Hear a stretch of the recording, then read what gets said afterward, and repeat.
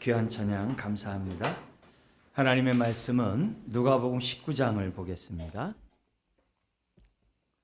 누가복음 19장 28절에서 48절 말씀인데요.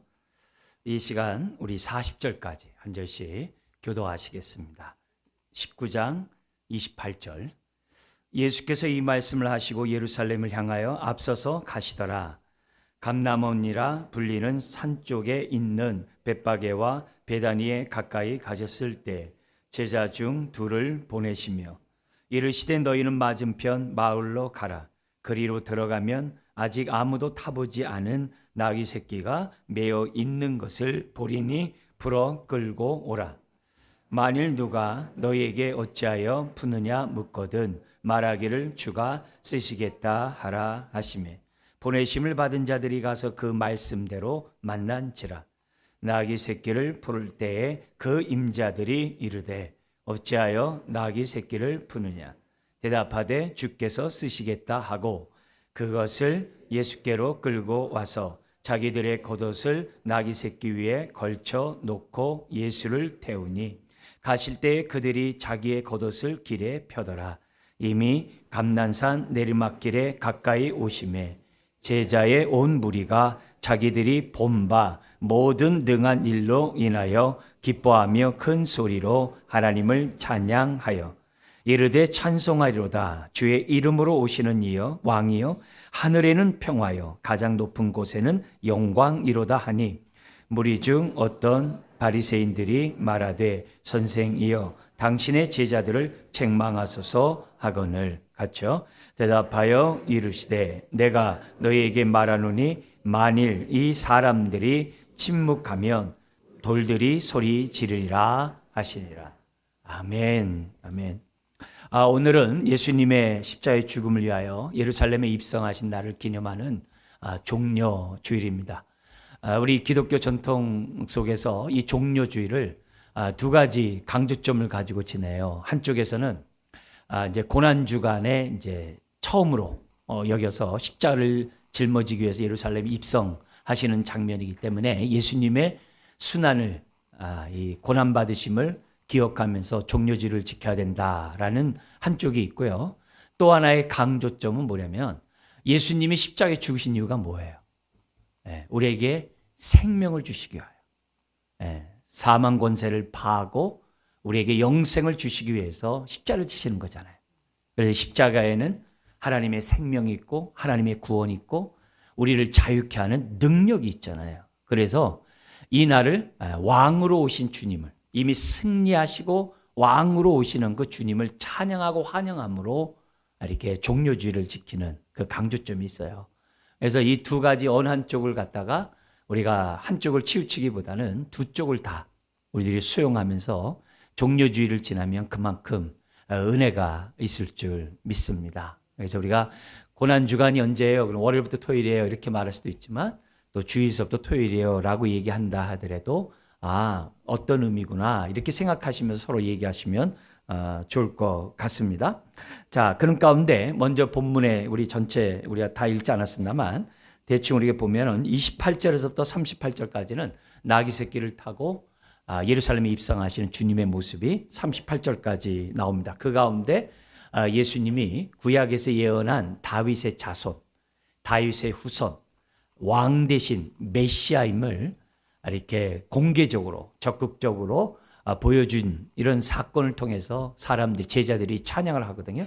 그 찬양하는 그 소리와 함께 거기에 대해서 못마땅하게 여기는 바리새인의 그 모습이 이제 40절까지 나오게 됩니다. 그리고 이 41절에서부터 44절까지는 예루살렘에 가까이 오셨을 때 남들은 와하고 웅장한 예루살렘 성 때문에 더구나 유월절을 지키기 위해서 전국에서뿐만 아니라 외국에서조차 유월절을 아주 성대하게 지키기 위해서 정말 요란벅적하게 지금 절기를 지켜오는 사람들이 화려한 모습과 달리 우리 예수님께서는 이렇게 우시는 그런 장면이 44절까지 나오게 됩니다. 우실 뿐만이 아니라 예루살렘 성전에 들어가셔가지고 성전을 이렇게 청결케 하는 장사치들을 다 쫓아내고 그런 것들을 엎어버리는 이런 사건이 그 이어서 이제 나오게 됩니다.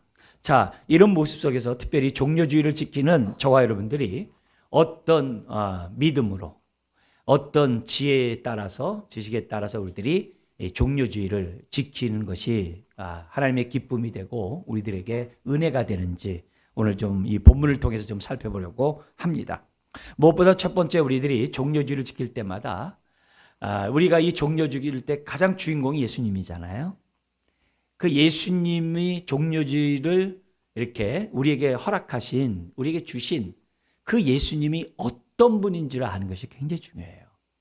그래서 우리가 첫 번째로 이 종려주의를 통해서 우리가 알아야 될 예수님의 모습은 구약의 예언대로, 성경의 예언대로 자신이 만왕의 왕임을 선포한 날이 종려주의래요.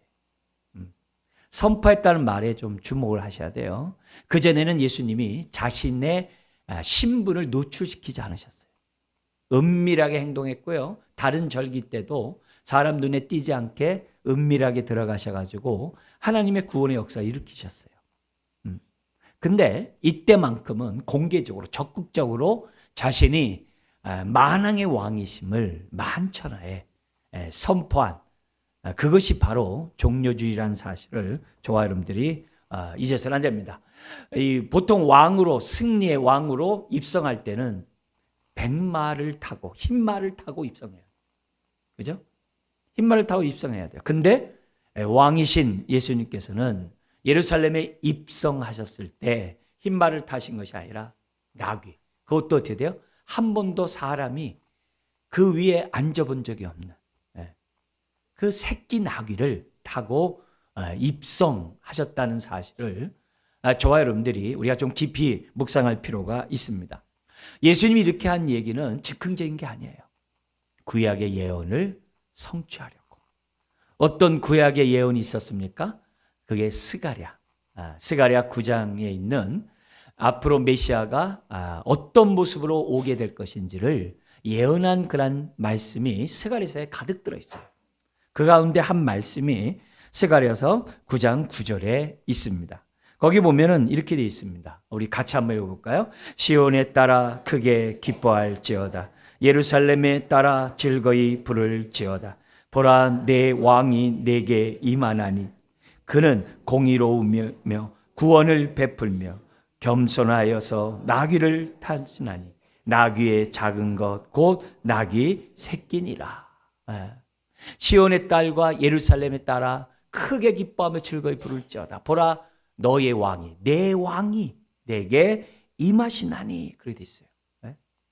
그분은 두 가지로 공의의 심판을 행하실 뿐만이 아니라, 그래서 공의의 심판은 뭐냐면 모든 걸 제자리로 다 돌려놓고 모든 것을 하나님 앞에 영광 돌리는 것으로 행하는 그 모든 것이 다 공의예요. 그리고 구원을 베푸시는데 그분은 겸손의 왕, 나귀 새끼를 타고 입성하는 왕이시라는 사실을 스가랴에서 예언되어 있어요. 500년 전에.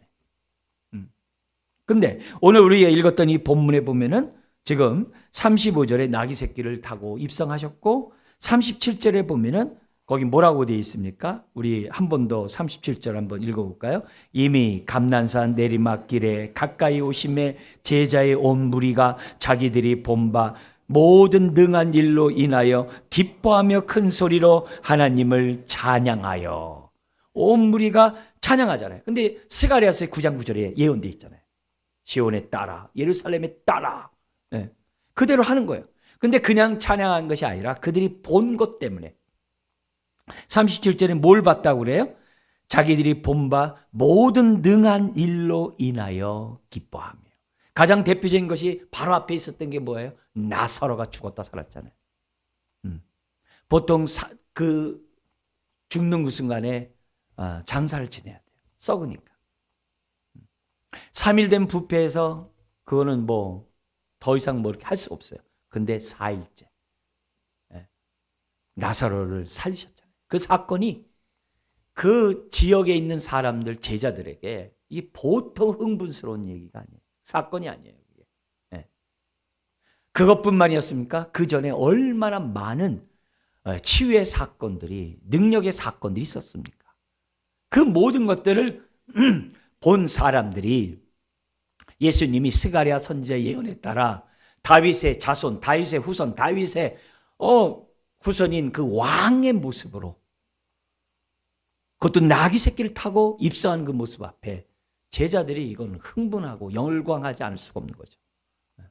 그런 상황이야. 본 것을 인하여 기뻐하며 큰 소리로 하나님을 찬양하여 이르되 찬송하리로다. 주의 이름으로 오시는 왕이요 하늘에는 평화요 가장 높은 곳에는 영광이로다.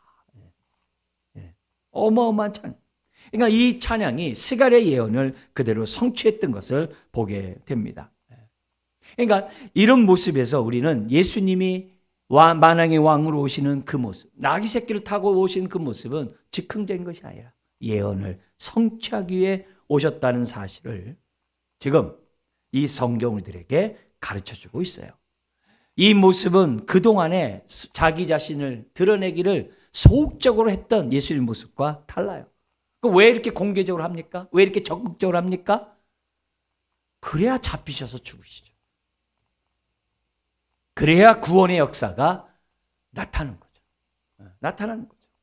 제자들도 예수님을 왕으로 대우해요. 그 대우하는 그 모습이 입술로만 찬양하는 것이 아니라 그들의 행동을 합니다. 거기 보면은 어떻게 행동합니까? 35절에 37절이니까 자기의 겉옷을 나귀 새끼 그 등에다 다 걸치고, 또 다른 사람들은 길에다 깔고 종려나무 가지를 흔들면서 지금 호산나 찬양을 해요. 우리 성경 호산나라고 하는 그런 이유는 뭐냐면 누가복음이 이방인을 대상으로 하기 때문에 호산나를 모르잖아요. 마태복음 같은 데는 호산나로 되어 있지만은 이방인을 대상으로 누가복음 썼기 때문에 그 말을 푸른 거예요. 하나님을 찬양, 우리를 구원해달라고. 그런 표현을 썼어요. 그러니까 이런 모습 속에서 사람들이 어떻게 돼요? 왕으로서 대우하는 거예요. 왜냐하면 그 당시에 왕이 개선 장군이 전쟁에서 이겨서 돌아올 때 사람들이 자기 옷을 이렇게 깔고 종려나무 가지를 흔들었거든요. 그 모습 똑같이 재현을 하고 있어요. 제자들의 마음은 예수님이 구약에서 예언한 왕으로, 다윗의 후손으로 오신 왕으로 확실히 알고 있었다는 얘기예요. 그러니까 이런 행동을 하고 취하는 것이겠죠. 그런데 예수님의 왕의 모습은 그 당시 로마의 왕의 모습과 개선 장군의 그런 왕의 모습과 다른 모습이었어요. 흰말이 아니라 나귀 새끼를 타고 입성하셨다는 사실을 주목하셔야 돼요. 우리가 종려주의를 통해서 예수님이 왕이심을 찬양할 때 찬양하는 그 왕이 어떤 모습인지 알고 찬양을 해야 돼요. 세상의 임금의 모습으로 찬양할 것이 아니라 나귀 새끼를 타고 입성한 그분을 아는 가운데 찬양을 해야 돼요. 그걸 우리들에게 보여줘요. 그 당시 로마가 막강한 군사력으로 누가 대항할 수가 없었어요. 그리고 치안도 엄격해가지고 모든 사람이 평화롭게 잘 살았어요. 잘 살았어요. 그래서 그때 시기를 갖다가 평화의 시대라고 그래요. 근데 그거는 군사력이고 정치적인 평화였어요. 오늘날에도 핵을 갖다가 갖느니 마느니 심지어 뭐는 감축해야 되느니 우리나라도 핵을 무장해야 되느니 왜 그래요? 힘의 균형에서 평화를 누리려고. 세상의 평화는 힘의 균형의 평화예요. 국가 간의 만도 아니에요. 어느 모임이나 다 뭐예요? 다 힘의 평화예요. 견제 속에 평화예요.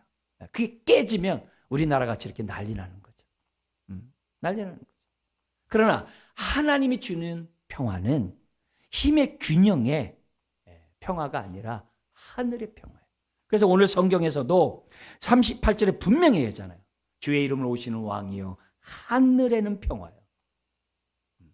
하늘의 평화를 오늘 우리 주님 우리들에게 보여주고 있다는 거예요. 빌라도와의 재판에서 신문에서도 빌라도 총독, 로마 총독 얘기해요. 네가 유대인의 왕이냐? 그렇다 그래요. 그렇다고 그래요. 그러나 더 이상 얘기 안 해요. 그러면서 뭐라고 하냐면 내 나라는 이 세상에 속한 나라가 아니라고 했어요. 이 땅뿐만 아니라 이 하늘까지 온 세상을 통치하는 만왕의 왕이시라는 사실을 빌라도 앞에 아주 정확하게 자신이 했다는 거예요. 근데 그 왕은 우리가 생각하는 왕이 아니에요. 심지어 제자들이 호산나 하고 찬송하리로다 찬양했던 그 왕이 아니에요. 그들은 정치적인 메시아, 로마로부터 독립하는 그런 메시아를 바랬던 왕이었어요. 다윗같이 전쟁에 능한 그런 왕을 바라는 왕이었어요. 그러나 예수님은 그런 왕이 아니었어요. 죽으러 오신 왕이에요. 왜요? 이 땅의 평화가 아니라 하늘의 평화를 주시기 위해서 오신 왕이라는 사실을 우리가 분명히 알고 찬양을 해야 돼요. 그래서 우리가 이 땅에 살아가면서 모든 것이 힘의 균형 속에서 평화를 누리는 이 땅에게 그건 참된 평안이 아니라 하늘의 평안이 참된 평안임을 저와 여러분들이 보여줘야 되고 증거해야 돼요. 만왕의 왕이신 주님의 통치를 받는 그곳에는 하늘의 평화가 임하게 돼 있어요. 이게 중요한 거예요. 그리고 그 평화를 맛본 사람이 예수님을 본으로 삼아 겸손히 나귀 새끼를 타고 오신 그 겸손을 본으로 삼아 평화의 삶을 사는 거예요. 우리 평화의 도구가 되게 해달라는 그런 말 있잖아요. 여러분, 교회에서도 무엇보다도 예수님이 왕으로 오심을 지금 찬양했잖아요. 또 찬양하며 예배하잖아요. 근데 찬양하면서 우리들의 생각이 세상적인 왕의 생각을 가지고 찬양한다면 하늘의 평안이 없어요. 교회 안에서 예수님이 왕 되심을 우린 평화로 증명해야 돼요. 평화로 증명해야 돼요.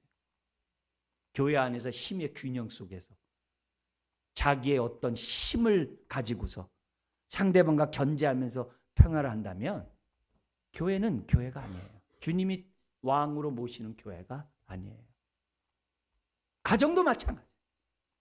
가정에서도 누가 봉급을 더 많이 번다, 돈을 많이 버느냐에 따라서 힘이 있다고 한다면 그는 예수님이 왕으로 모시는 가정이 아니에요. 가정이 아니에요.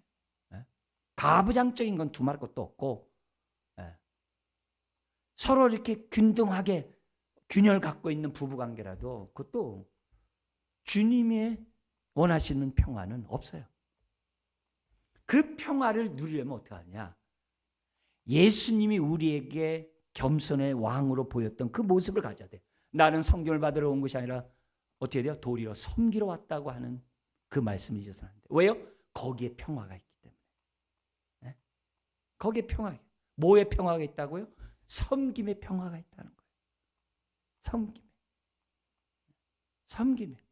권력을 가지고 남용하고 힘을 가지고 다른 나라를 힘들게 하고 그런 데서 샬롬이 있는 게 아니에요. 섬김에서 상대방을 세워주면서 하나님의 평안이 있다는 사실을 잊어서는 안 돼요. 가정에서도 마찬가지예요. 가정에서도 군림하고 가정에서 자기 주장한다. 그거는 스스로 하나님의 통치를 거부하는 죄악이에요. 하나님의 나라가 그 가정에 임하지 못하도록 막는 죄악이에요. 죄악이에요. 우리가 종려주의를 지키면서 내가 찬양하는 예수님이 만왕의 왕이시고 만왕의 왕이시되 겸손의 왕이시라는 사실을 저와 여러분들이 생각하면서 종려주의를 지내야 돼요. 그래야 고난주간을 맞이하는 저와 여러분들이 그만큼 십자가를 이해할 수 있어요. 섬김으로 나타나지 않는 십자가는 거짓이에요. 거짓이에요. 국가가 아무리 조찬 기도를 하더라도 그건 다 헛된 것들이에요. 헛된 것들. 오늘 우리가 이 시간 예배를 드려도 우리들의 마음에서 겸손한 마음이 우리들에게서 일어나지 않는 가운데 예배 드린다면 아무 의미가 없는 거예요. 오히려 내가 더 죄를 짓고 있는 행동이라는 사실을 저와 여러분들이 잊어서는 안 돼요. 우리는 힘의 균형 속에 견제 속에서 살아가는 인생들이 아니에요. 주님의 주님 되심을 우리 기억하고 살아가는 저와 여러분들이에요. 그러나 안타깝게도 이 섬김의 모습이 없기에 샬롬이 없어요. 왜? 통치를 안 받으니까. 샬롬이 없어요. 이 세상이 왜 이렇게 힘듭니까? 하늘의 샬롬이 아니라 인간적인 힘의 균형 속에서 평화를 누리려고 하니까 너무너무 힘든 거예요. 이 땅이 그렇게 어려운 거예요. 물론 염려들이 우리들이 많이 없을 수 없겠죠. 있겠죠. 왜? 예수님도 내일 염려하라 했으니까 있겠죠. 있겠죠. 그러나 거기에 짓눌리면 안 돼요. 거기에 짓눌리면 안 돼요.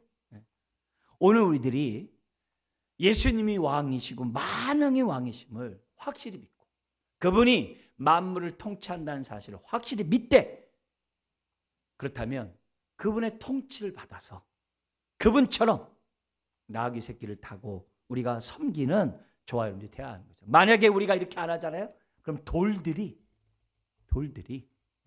예수님이 만왕의 왕이심을 선포할 거예요. 내가 아니더라도 선포할 남은 자들이 얼마든지 있어요. 얼마든지 있어요. 그렇기 때문에 오늘 우리들이 신앙생활하면서 내 안에 얼마나, 내 가정에, 우리 몸된 교회에 하늘의 샬롬이 있는지, 평안이 있는지, 얼마나 왕 되신 주님의 인도함을 받고 있는지를 생각하면서 종료주의를 지켜야만 한다는 거죠. 자, 근데 지금 아까도 말씀드렸듯이 제자들이 예수님을 왕으로 찬양하는 내용과 스가랴 선지자가 예언한 그 찬양의 내용은 말은 똑같아요. 그러나 생각은 동상이몽이에요. 제자들은 당장 현실에서 로마 속국에서 벗어나기를 바라요. 로마를 정복하고 열방이 이스라엘에게 조공을 바치는 그 정치적인 나라를 생각하고 정치적인 메시아를 생각한 거예요. 그러나 예수님은 정반대예요. 섬김의 모습으로 온 거예요. 그러니까 닷새 왜 십자가에 못 박힌 거죠. 결국 죽인 건 누구예요? 그들 자신이고 저와 여러분이에요. 어떤 저와 여러분들이요? 하나님의 일보다도 세상 일에 관심 있는 저와 여러분들이 못 박은 거예요. 그렇지만 찬송의 그 부르는 동기는 달라도 찬송의 그 내용은 아멘이죠. 오늘 이 말씀 그대로죠. 주의 이름 오시는 왕이요, 하늘에는 평화요, 가장 높은 곳에는 영광을 나타내는 만왕의 왕은 진리죠.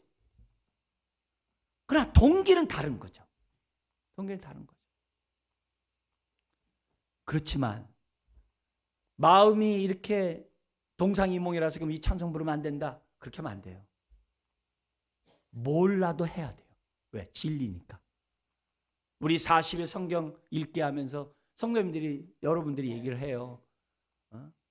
성경을 봐도 이렇게 마치 새로운 거 본 것 같다고 그러고, 또 내가 이렇게 새롭게 또 은혜를 받는다고 얘기하고, 이렇게 하니까 내가 점점 더 하나님의 뜻을 알아가게 된다고 얘기하고 그래요. 그게 정상이고 그게 기쁨이죠. 네? 제가 40년 설교를 했어도 제가 어때요? 새롭게 전한다고 지난주에 얘기했잖아요. 왜요? 그만큼 새롭게 깨닫는 게 있단 말이에요. 깊이와 넓이와 높이와 길이를 어떻게 다 알겠어요? 그죠? 알아간단 말이에요. 그러면서 새로운 마음으로 또 어떻게 돼요? 은혜를 받고 설교를 해요. 여러분도 마찬가지죠. 그러면서 점점 어떻게 돼요? 본래 하나님의 뜻에 이렇게 맞춰가는 거예요. 맞춰가는 거예요. 찬송 가사 부르지만 그 의미를 잘 모르고 부른다고. 우리가 찬송가 부르지만 그걸 작사 작곡했던 사람의 그 감정을 잘 모른다고. 그러나 어느 순간에 그게 딱 통할 때가 있다고. 내가 동기가 잘못됐다고 성경이 잘못된 게 아니잖아요. 가사가 잘못된 게 아니잖아요. 우리가 종료주의를 맞이해서 의미 있게 맞이하기 위해서 40일 신앙 훈련을 하는 거예요. 왜요? 십자가가 그냥 조금만 이렇게 이해하는 게 아니라 커튼을 확 제치듯이 온전히 깨닫기 위해서. 똑같은 본문이라도 신앙이 자라간 만큼 보는 눈이 달라지는 거거든요. 은혜를 그만큼 받게 돼 있는 거거든요. 베드로도 예수님 앞에서 주는 그리스도시요 살아계신 하나님의 아들이라고 고백했어요. 그래서 여러 제자들 앞에서 예수님도 칭찬을 들었어요. 야, 바요나 시몬아 참 잘했다. 이것을 알게 하는 분은 너가 아니라 하나님이시다. 얼마나 좋아요. 근데 예수님이 십자가에 못 박혀 죽으리라.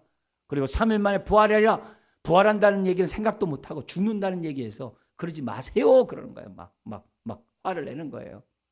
그러니까 예수님 뭐라 그래요? 사탄아 물러가라요. 너는 하나님의 일을 생각지 않고 사람의 일만 생각한다고. 오늘 우리가 예배를 드리고 주님을 찬양하면서 사람의 일을 구하면서 얼마든지 찬양할 수 있어요.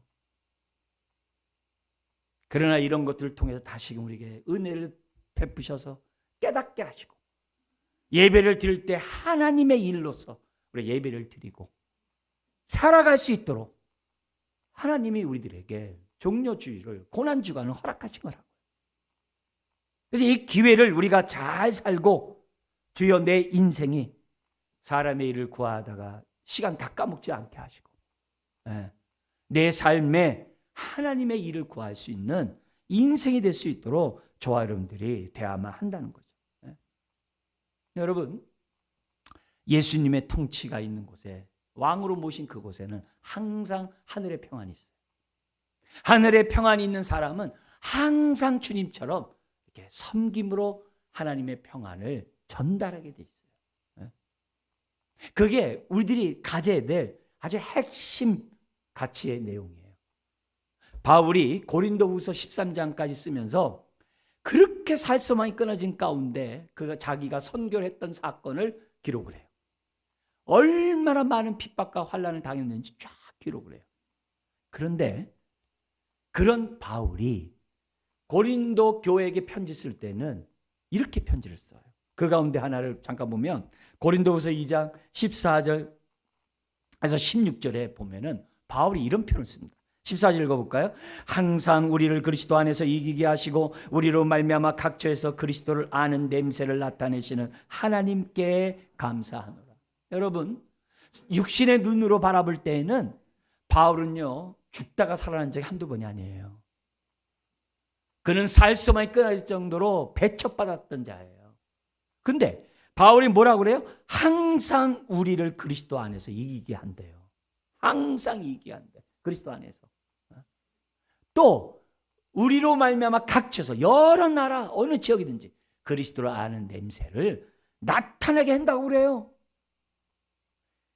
이건 마음에 있는 이 평안은 그 어떤 누구도 빼앗아갈 수가 없는 거죠. 왜? 주님이 있는 곳에 누리는 평안이기 때문에. 지금 그 얘기하는 거예요. 그래서 항상 이긴대.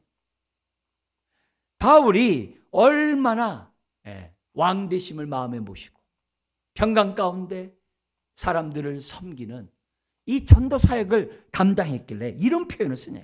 그러면 15절에 이렇게 얘기를 해요. 뭐라고 얘기하냐면 그리스도 아는 냄새를 나타내는데 그 냄새가 뭐냐? 15절에 우리는 구원받는 자들에게나 망하는 자들에게나 하나님 앞에서 뭐라고 그래요? 그리스도의 향기래. 그리스도의 향기래. 근데 16절에 보니까 어떤 사람에게는 사망의 냄새고 어떤 사람에게는 생명의 냄새. 이게 무슨 말이냐면 개선 장군이 딱 성에 이렇게 입성할 때는요. 종려나무 가지를 그 당시 로마에서 막 했어요. 막 꽃가루도 뿌리고 막 이렇게 막 해요. 그 때문에 향을 피웠어요. 근데 그 향이 승리한 자들에게는 참 얼마나 좋은 향이겠어요.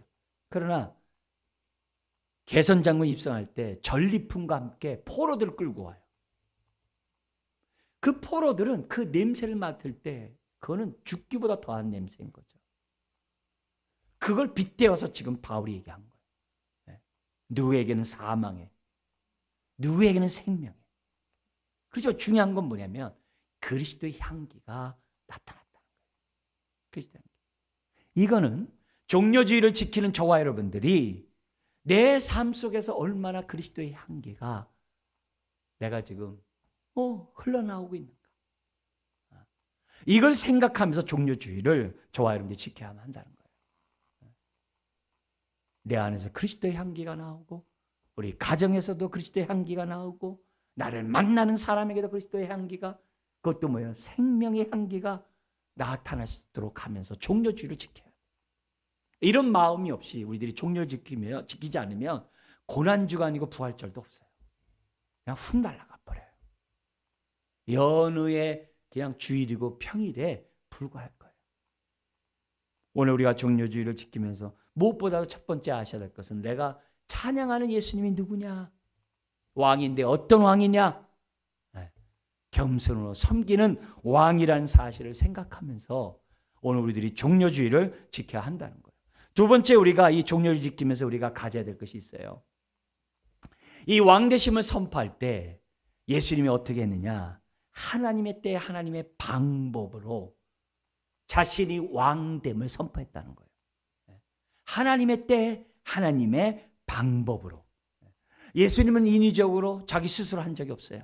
말 한마디도 아버지께 나에게 주신 말을 너에게 전한다 했어요. 가나 혼인잔치에 어머니가 포도주가 떨어졌다 했을 때에도 내 때가 아직 안 됐다 그랬어요. 예수님은 철저하게 하나님의 때에, 그리고 저와 여러분들에게 하늘의 평화를 주기 위하여 하나님의 방법으로 십자가에 죽으신 거예요. 십자가에 죽으신 거예요. 하나님의 방법.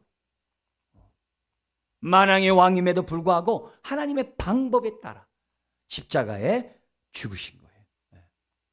6월절이 예수님이 3년 동안 복음 사역했기 때문에 3번 있었겠죠. 우리가 일반적으로 생각해도. 그래도 그때 예수님이 나귀 새끼 타고 입성하지 않았어요. 죽어야 될 그때 예수께서 나귀 새끼를 타고 6월절에 어린 양으로 6월절 날 예루살렘에 입성하여 죽으셨다는 사실을 우리들에게 보여줘요. 하나님의 때 하나님의 방법으로 왕되심을 나타났다는 얘기는 마지못해서 십자가에 지셨다는 게 아니에요. 자원함으로 자기의 사명을 감당했다는 거예요. 심지어는 예수님의 십자가로 저와 여러분들이 하늘의 평강을 얻을 것을 기뻐하면서 십자가를 지셨다라고 기록되어 있어요. 그렇다고 한다면 오늘 우리들이 신앙생활하면서 우리들이 가져야 될 것은 뭐냐면 종료주의를 생각하면서 하나님의 때 하나님의 방법으로 하나님의 만왕의 왕되심을 선포하셨다고 한다면 오늘 우리들의 모습 속에서도 마찬가지예요. 주님, 신앙생활하면서 내 스스로 내 방법대로 살아가는 것이 아니라 예수님처럼 나도 하나님의 때를 알고 싶고 하나님의 방식대로 하나님을 섬기고 싶어요. 우리가 왜 40의 신앙을 왜 하는 거예요? 그렇게 해야 하나님의 때와 하나님의 방법을 아는 거거든요. 우리는 내 때, 내 방법대로 응답해 주길 바라요. 항상 하나님 이때 저를요 도와주시면요 내 가족이 다 나를 보고 하나님께 나올 거예요. 이때 내 기도 응답하시면 내 주변 사람들이 하나님 믿을 사람 많아요. 하나님 그러니까 이거 해주세요. 그런 기도를 얼마나 하는지 몰라요. 내 때 내 방법으로 하나님 응답해 주기를 얼마나 학수고대하며 기도하는지 몰라요. 그러다가 내 때 내 방법대로 안 해줬을 때 하나님의 손길을 하나님이 나에게 주셨음에도 불구하고 거부하는 일들이 얼마나 많은지 몰라요.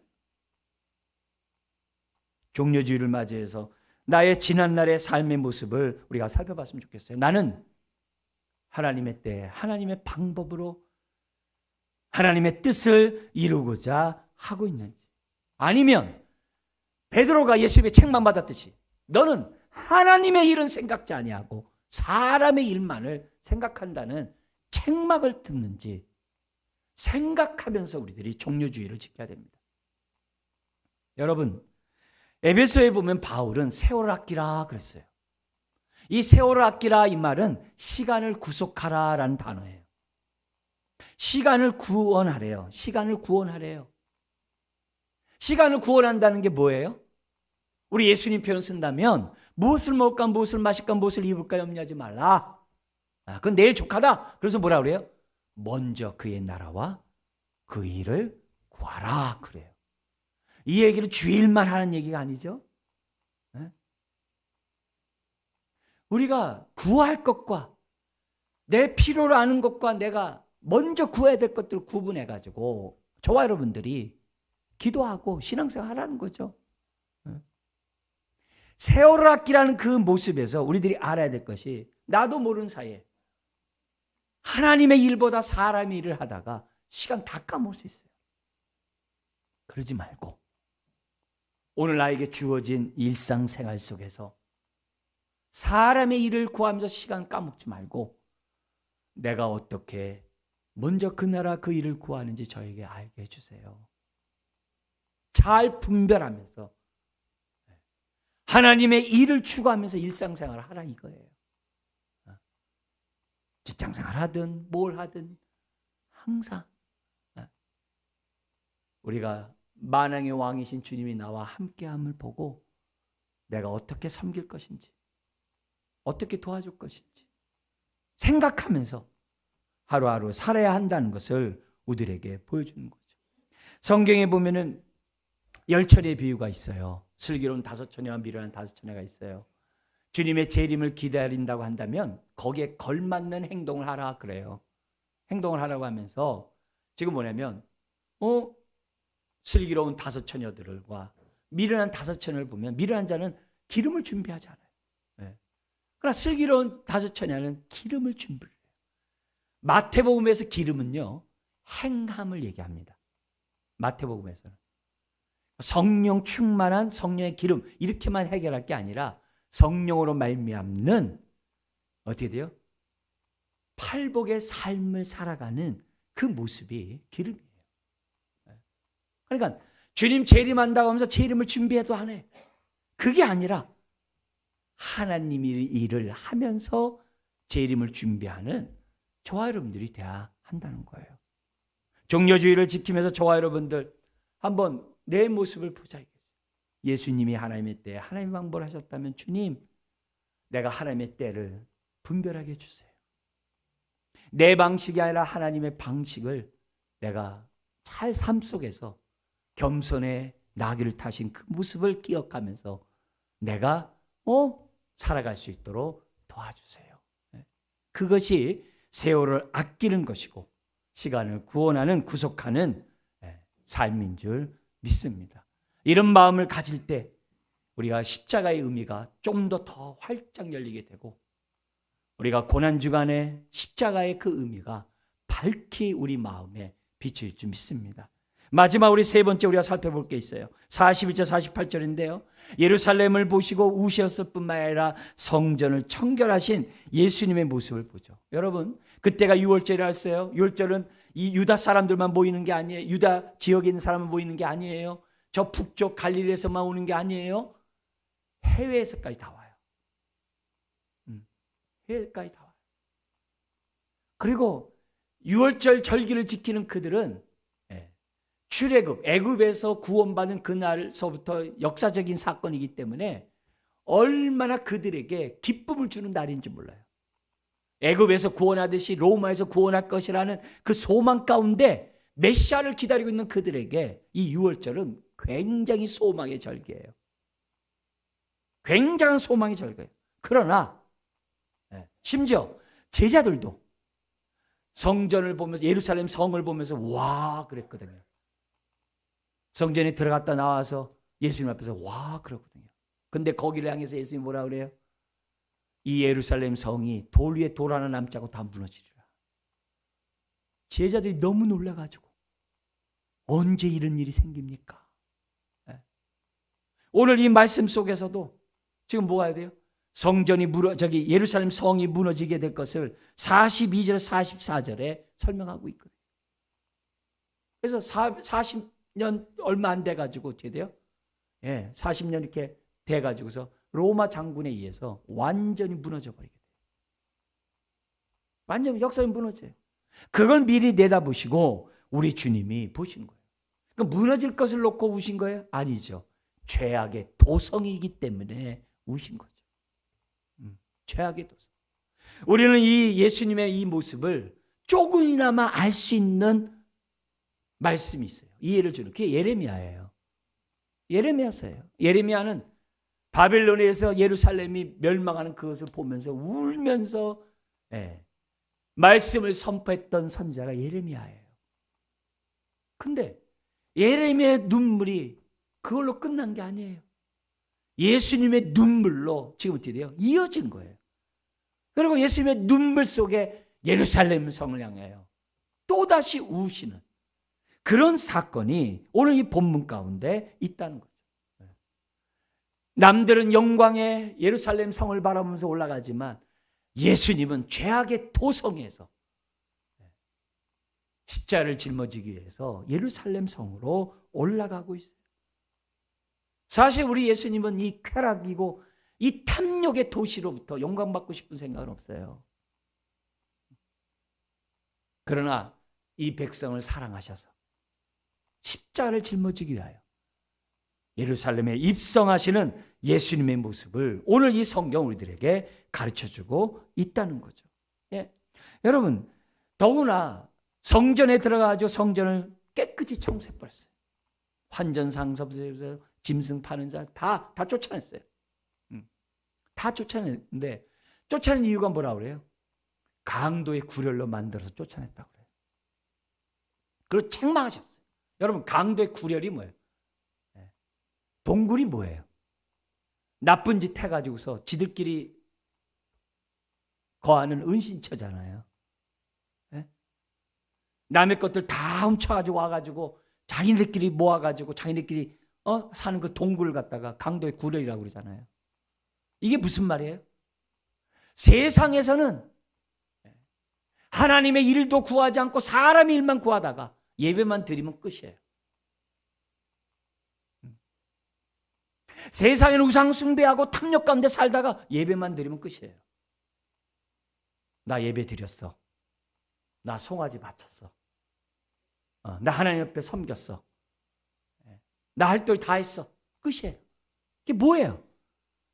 그런 마음으로 예배를 드린다면 교회를 강도의 구렬로 만드는 거죠. 우리가 종료주의를 지키면서 우리들이 생각해야 될 우리 교회는 강도의 구렬인가? 아니면 하나님이 기뻐하는 성전인가를 생각하면서 우리가 종료주의를 지켜요. 교회라는 얘기는 우리 개인도 교회거든요. 성전이거든요. 나는 주님이 보실 때 뭐라고 보실까? 나를 보시고 뭐라고 말할까? 이 세상은 두말할 것도 없죠. 근데 우리 교회뿐만 아니라 나를 볼 때 뭐라고 보냐? 오늘 저와 여러분들이 내 마음이 하나님의 일을 구하고 있다고 한다면 저와 여러분들은 기본적으로 이런 열매가 있어야 돼요. 뭐예요? 나를 위해 울 줄 아는 사람이 돼야 돼요. 내 교회를 놓고 울고 있는 사람이 돼야 돼요. 이 세상을 보고 울고 있다고 한다면 주님이 나를 보고 울진 않으실 거예요. 울진 않을 거예요. 이유야 어떻든 간에 내가 주님의 왕되심을 내가 받고 있다면 샬롬이 있을 것이고 샬롬이 있는 사람은 섬길 것이고 섬기는 그곳에서는 하나님의 기쁨이 있을 거예요. 근데 그리고 세상을 바라보면서 울 거예요. 무엇보다 나를 위해서 울 거예요. 교회를 위해서 울 거예요. 네. 나를 보고 울지 않으면서 종료주의를 지킨다면 고난주한과 부활주의는 없습니다. 그냥 한 번에 날아가요. 요식행위 속에서 우리들 스스로가 강도의 구렬로 바꾸고 있다는 사실을 잊어서는 안 돼요. 그렇다고 우는 것으로만 끝나면 안 돼요. 바꿔야 돼요. 나로 하여금 이렇게 살게 하는 요인들을 바꿔야 돼요. 주님이 청소하듯이 제거해야 돼요. 제거해야 돼요. 그리고 새 마음으로 하나님 앞에 고난주간을 우리들이 맞이해야만 합니다. 종료주의를 맞이해서 우리들이 다시 한번 나는 얼마나 하나님 앞에서 우는 자인지를 생각하고 뿐만 아니라 나는 얼마나 하나님의 때 하나님의 방법대로 하나님의 일을 구하고 있는지, 그리고 예수님이 정말 나의 인생의 왕이심을 나는 진정으로 믿고 찬양하고 있는지 우리 살펴보면서 우리가 종료주의를 지켜야 될 줄 믿습니다. 이런 은혜가 있기를 주의 이름으로 축원합니다. 기도하겠습니다. 하나님 아버지, 오늘도 우리의 마음이 할례받지 못하고 세상의 죄악 가운데 살다가 예배만 드리면 다 된다라고 생각한다면 주여 용서하여 주옵소서. 주여 우리가 섬김없이 하나님의 통치를 받고 있다고 한다면 주님 용서하여 주옵소서. 주여 우리들의 삶이 얼마나 자기주장 속에서 살아가는 세상 속에 살아가는지 모릅니다. 자기 주장을 하지 않으면 손해를 보는 이 세상 속에 자기 주장하지 않으면 안 되는 이 세상이지만 주님 자기 주장하지 아니하고 십자가에 못 박히신 주님의 모습을 우리들이 나의 주님으로 섬기기를 원합니다.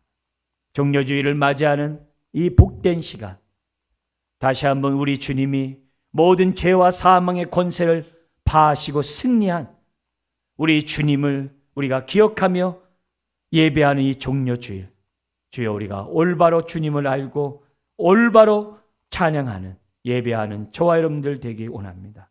주님 도와 주시옵소서. 은혜를 베풀어 주시옵소서. 예수님의 이름으로 기도드리옵나이다. 아멘. 찬송가 151장 부르시면서 봉헌하시겠습니다.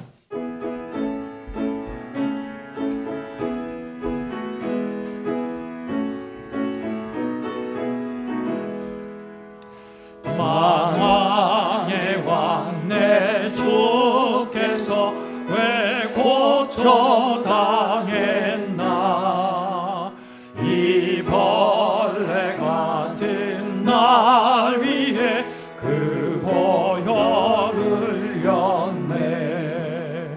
십자가 내가 처음 볼 때에 나의 맘에 큰 고통 사라져. 오늘 믿고서 내 눈 밝았네. 잠게 기쁨 영원하도다. 주 십자가 못 박힘은 속죄함 아닌가. 그 궁핍함과 그 은혜 말할 수 없도다. 십자가 내가 처음 볼 때에 나의 맘에 큰 고통 사라져. 오늘 믿고서 내 눈 밝았네. 참내 기쁨 영원하도다. 늘 울어도 그 은혜 다 갚을 수 없네. 나 주님께 몸 바쳐서 주의 일 힘쓰리. 십자가 내가 처음 볼 때에 나의 맘에 큰 고통 사라져. 오늘 믿고서 내는 밝았네. 참 내 기쁨 영원하도다. 우리 말씀 생각하면서 우리 합심해서 다 같이 기도하겠습니다. 하나님 아버지, 우리를 죄에서 구원하시고 하늘의 평화를 맛보게 하시니 감사합니다. 주여 아버지 하나님, 더욱더 우리들의 삶이 예수님을 알아가고 예수님을 닮아가고 예수님의 아버지 통치 속에서 살아가는 자녀들 되기 원합니다. 오늘도 아버지 하나님 예배하는 주의 자녀들에게 한량없는 은혜를 베푸시되 하늘의 평화를 맛보는 주의 자녀들 되게 하여 주옵시고, 그로 인하여 아버지 하나님이여 나를 위하여 세상을 위하여 울을 줄 아는 주의 자녀들 되게 하여 주옵시기를 원합니다. 한 분 한 분의 삶들을 주여 붙잡아 주시고 하늘의 평강으로 하늘의 은혜를 맛보는 자녀들 되게 하여 주옵소서. 아멘. 주여, 하늘의 평안이 있는 곳에 섬김이 있고 하늘의 평안이 있는 곳에 울음이 있음을 믿습니다. 주여, 우리들이 죄를 미워하고 주여, 이 세상의 이 고통들을 향하여 우는 주의 자녀들 다 되게 하여 주시되, 무엇보다도 예수님이 이 땅에 오신 목적을 잘 깨닫고 우리의 삶이 십자가의 증인으로서 살아가는 데 부족함이 없는 자녀들 되게 하여 주옵소서. 주여, 우리들이 요식으로 또한 우리의 종료주의를 고난주간을 맞이하기를 원치 않습니다. 하늘의 평안을 맛보게 하여 주옵소서. 오늘도 받은 바 하나님의 크신 은혜에 감사하며 주님 앞에 올려드린 손길과 기도 제목들이 있습니다. 주님, 받아주시옵시고 때를 따라 돕는 은혜를 허락하여 주시고 하나님의 응답 가운데 하늘의 평화를 맛보는 주의 자녀 또한 가정들 되게 하여 주옵소서. 감사하며 예수님의 이름으로 축복하며 기도드리옵나이다. 아멘. 교회